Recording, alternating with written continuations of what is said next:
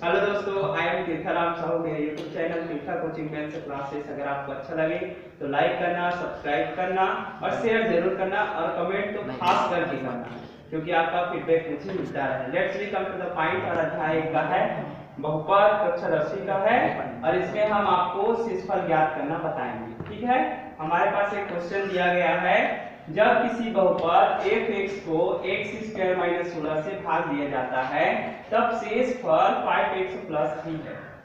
जब इस बहुपद को x + 4 से भाग दिया जाता है तब शेषफल क्या होगा।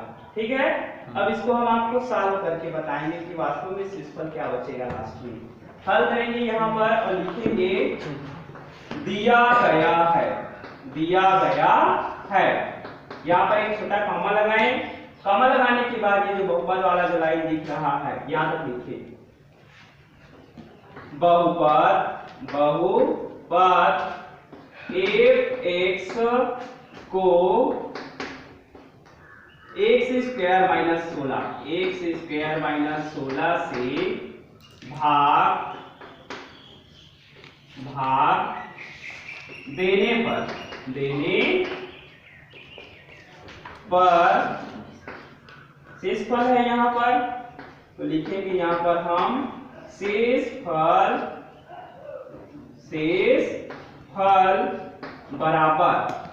बराबर करके यहाँ पर लिखेंगे हम 5x + 3। उसके बाद हम फिर से इसको लिख सकते हैं x² - 16। अब शून्य लेना है तो शून्य पे हम जनरली शून्य ही लेंगे। ठीक है, अब शून्य जब हम लेंगे तब यहाँ पर हम पक्षांतर करेंगे। पक्षांतर करने पर, और पक्षांतर का जो नियम है वो बहुत ही आसान है, बहुत ही सिंपल है। पक्षांतर का नियम कहता है कि जो संख्या प्लस में रहता है वो माइनस में जाता है और जो माइनस में रहता है वो प्लस में जाता है। अगर संख्या गुणा में है तो वो भाग में जाएगा और भाग में है तो गुणा में जाएगा। अगर संख्या लेफ्ट में है तो राइट में जाएगा, राइट वाला लेफ्ट में आएगा। तो कहने का मतलब ये है कि जब हम पक्षांतर निकालते हैं तो इसमें संख्याओं के सिर्फ चिन्ह बदलते हैं, संख्या नहीं बदलते। ठीक है, तो यहाँ पर जो माइनस है वो प्लस में होगा और हम हमेशा मान जो है चर संख्याओं का निकालते हैं। अब ये चर संख्या क्या है तो मैं आपको बता दूं, चर संख्या मतलब जिसका मान हमेशा बदलते रहता है, जैसे a b c d e f g h i j k l m n o p q r s t u v w x y z। तो ये जो है चर संख्या है और इन्हीं में से कोई भी संख्या का हम हमेशा मान निकालते हैं और यहाँ पर जो दिया गया चर संख्या है वो है x। ठीक है, अर्थात इसमें हम x का मान निकालेंगे। तो x² ये 0 है तो 0 लिखो, ये माइनस में है तो हम पक्षांतर करेंगे तो प्लस में होगा और ये 16 का 16। ठीक है, अब हम फिर से लिखेंगे x², अगर 0 में हम 16 को जोड़ेंगे तो ये 16 ही होगा। ठीक है, उसके बाद अब जब हम इसको आगे ले जाएंगे तो ये जो स्क्वायर है, ठीक है, यहाँ पर ले लेते हैं 16। ये देखो 16 है। अब इसका जो स्क्वायर है अगर हम इसको दें तो इसके पास जो लगेगा निशान वो होगा वर्गमूल। ठीक है, तो वर्गमूल 16 होगा और x बराबर हो जाएगा, क्योंकि यहाँ पर हम लिख सकते हैं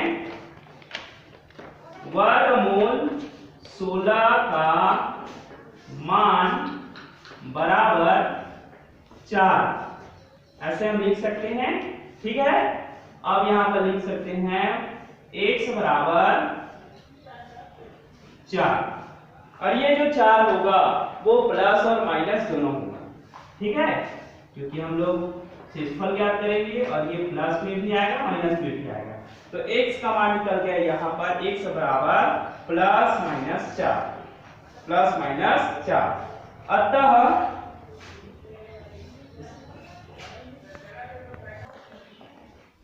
अतः f(x) को x² - 16 से भाग देने पर हम यहाँ पर अब लेंगे शेषफल प्रमेय से।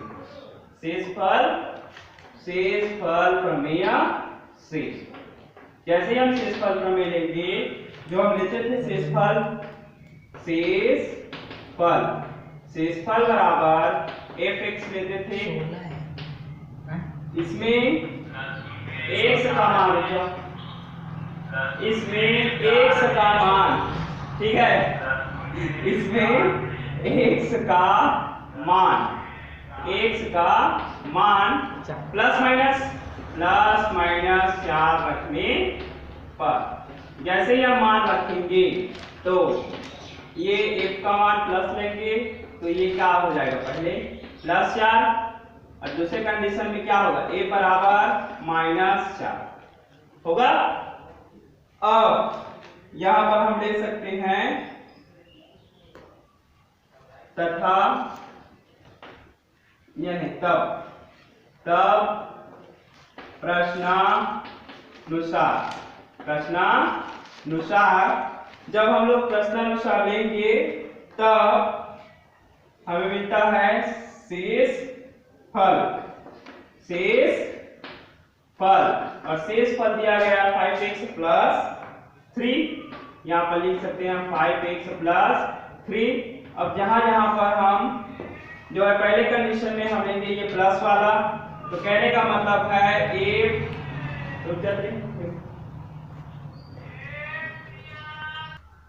तो ये शेष फल हम लेंगे प्लस वाला, तो यहाँ पर लेंगे +4। अब ये 5 और जहां जहां x दिख रहा है वहां क्या लेंगे +4, ये प्लस है तो प्लस इस x के बदले लिए ना, इस x के बदले इस +4 को लिए हैं, ठीक है।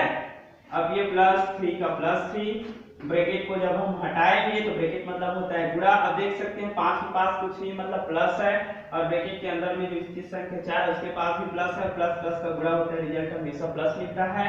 और 5 का गुणा आप 4 के साथ करें, प्लस का 3 का 3 और 5 चौके होता है 20, है ना।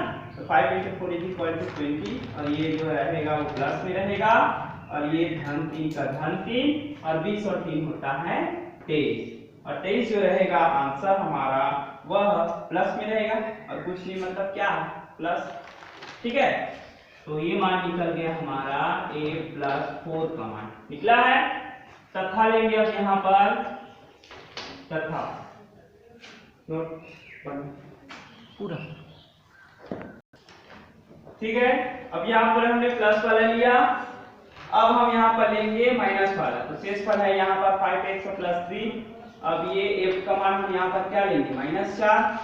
अब इसको हम इस प्रकार से दर्ज कर सकते हैं, ठीक है। अब देख सकते हैं कि इस जहां जहां पर हमें x दिख रहा है वहां पर क्या लेंगे -4, तो लिख सकते हैं यहाँ पर 5 -4 3, और ब्रैकेट मतलब होता है गुणा करना, ब्रैकेट मतलब क्या होता है गुणा करना, तो ये हो जाएगा 5, ब्रैकेट का मतलब है गुणा का निशान, और ये 4, 1 + 1 माइनस का जब गुणा होगा तो रिजल्ट हमेशा माइनस मिलता है, जो आपको कई बार बता चुके हैं। और ये प्लस का +3, फिर 5 चौके होता है 20, माइनस है तो माइनस लगाएं, फिर -3 का -3 होगा। अब एक संख्या -20 है, दूसरी संख्या -3 है, तो बड़े में से हमेशा छोटे को घटा दो, 20 में से 3 जाएगा तो क्या बचेगा 17, और 20 के पास जो साइन है वो है माइनस का, इसीलिए माइनस। अतः हम यहाँ पर लिख सकते हैं f - 4 बराबर ऋण 17, ठीक है। तब यहाँ पर हम लिख सकते हैं अतः अभीष्ट